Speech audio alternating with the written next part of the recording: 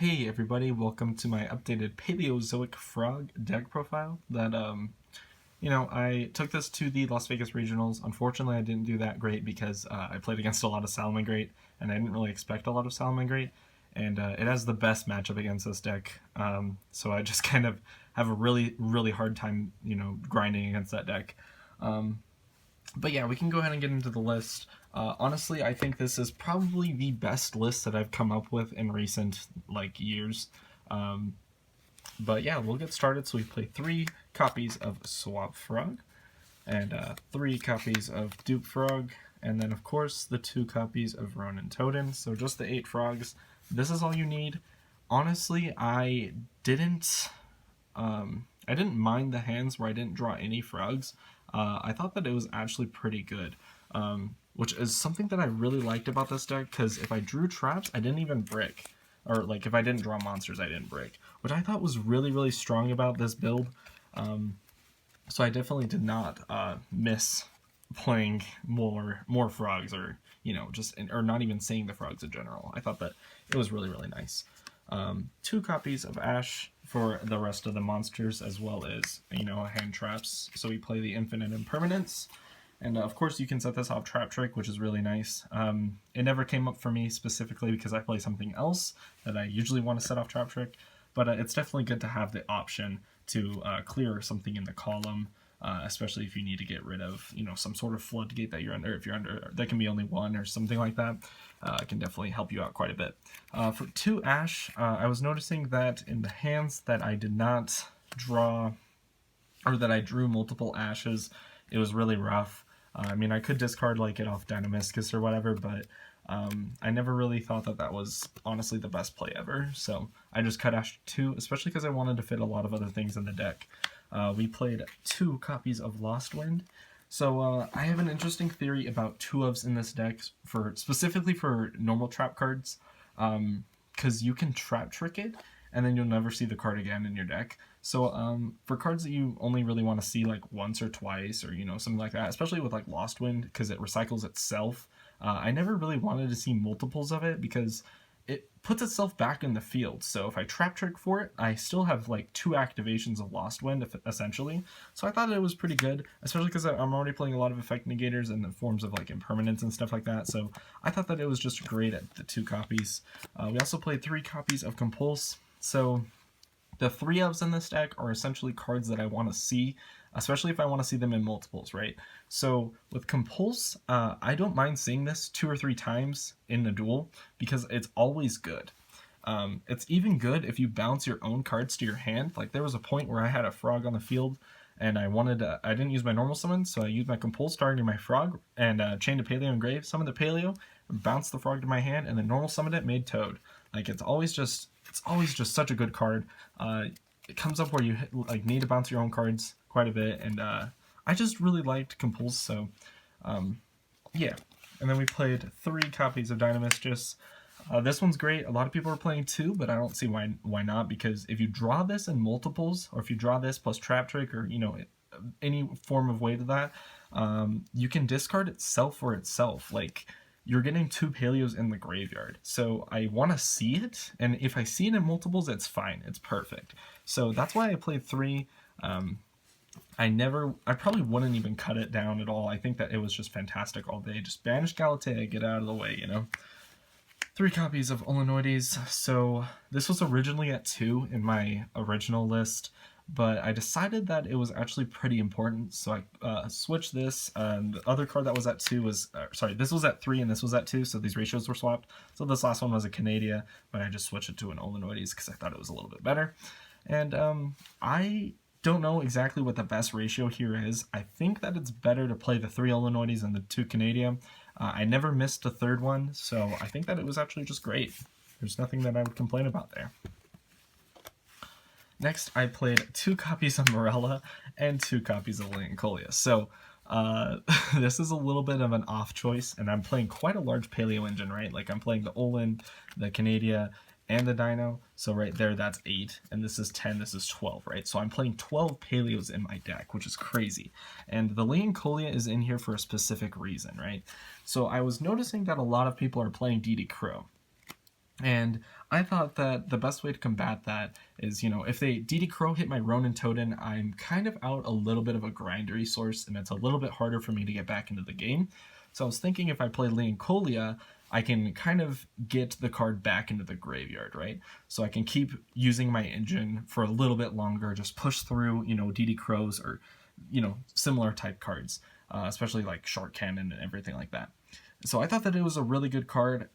It didn't really come up for me that much, but I honestly really enjoyed having it in my deck, because if you set this card off Trap Trick, you're banishing one, and then you're setting it, and then you can use your Leoncolia, targeting the Leoncolia banished for Trap Trick's effect, and then return them both to the graveyard. So you're setting up 2 Paleos in the graveyard, and it's basically the same concept with the Morella, except Morella can set Lost One from your deck. So they're both activatable off Trap Trick. It just makes Trap Trick have more uses, right? Because you can use your Trap Trick to get more cards into the graveyard, so that you can, if your opponent doesn't do anything on their turn, you can still play. Because a lot of the problem with the Paleo decks that I've been playing in recent times is that, sure, you have like Canadias, right? But if your opponent doesn't summon any monsters, you can't activate your Canadia on their end phase. So I was thinking if I play these, I can still activate them on my end phase, and they also have utility in forms of Lost Wind and in forms of countering DD Crow and Shark Cannon. So I thought that was still great. And it worked out really good for me. I honestly wouldn't change it right now. And then to round off the normal traps, we played 3 copies of Trap Trick so that we can play a extra set of all of these trap cards. So we have access to all of them at all the time. And I think that Trap Trick is amazing. If I draw it in multiples, I'm fine, because I can, if you draw this in multiples, you can set Dynamistress off of the Trap Trick, and then discard the other Trap Trick for Dynamistress effect. So you're still banishing a card, and it's not using like a resource that would be good in your hand. So I think that was fantastic. For continuous traps, we played 3 copies of Crackdown and 1 Imperial Order. I was really unsure about main decking the Imperial Order, but I think it worked out really well, so nothing I'd really complain about there. We also played 2 copies of Strike. These were kind of like the 38th and 39th card in the deck, and I wasn't exactly sure what I should play in their place, so I just decided to play Strikes to try them out. I thought they were great. There's nothing really that I'd miss about them. It was really good against the Draco players, especially. I specifically chose this because if I played against Draco, this destroys their monsters, because say they like go into battle phase. In fact, this happened to me. They would go into battle phase, and then you use something like Trap Trick to try and set something, and then they'll be like, okay, Dynamite Knight effect search, and then you're like, no, I'll strike it, and then they don't deal damage to you, and their monster's off the field. A lot of the Draco players aren't very smart, and they will always chain their Draco cards to it, especially when they don't need to, which is why you can punish with Strike pretty easily. And the last card we played in our deck was Scapegoat, and this card's fantastic. I wouldn't take this card out. So yeah, and that's it. 40 cards in the main deck. Moving on to the extra deck. Obviously, 3 copies of Toad.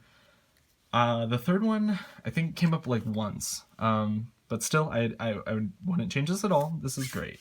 Nothing bad about that. Next, we played 1 Opabina, 1 Anomalakaris, and then the last Xyz monster we played was Dingirsu. This didn't come up. The reason I'm playing this is because you can crack down, take Galatea, and then on your turn make Dingirsu. It never came up. But I'm glad I had the option if it did happen, because I did take Galatea with Crackdown a couple times. Unfortunately, they just had, like Cosmic Cyclone or, various outs to my Crackdown. So they were able to keep going, but yeah. I have a really great Orcust matchup anyways, but I think this just adds like insult to energy basically, and it helps you like win those games that you wouldn't win normally. Opabina came up like once, and Anomalakaris came up quite a few times actually, especially the early rounds. I don't know why, but I didn't really summon Toad very often the first rounds. I think one of the first Xyz monsters I made was actually on a Malakaris, because against Salamangreat I just kept like popping their cards and just forcing them to kind of have a rough time, and it worked out really, really well. So Anomalakaris is fantastic, and don't underestimate this card. It's fantastic. And then for Scapegoat stuff, we played the Linkuriboh Link Spider. Link Spider also comes up for the Paleo cards, and I will actually get back to this in just a second, because something comes up that's pretty important, and I'll show you in a second. So Linkuriboh Link Spider.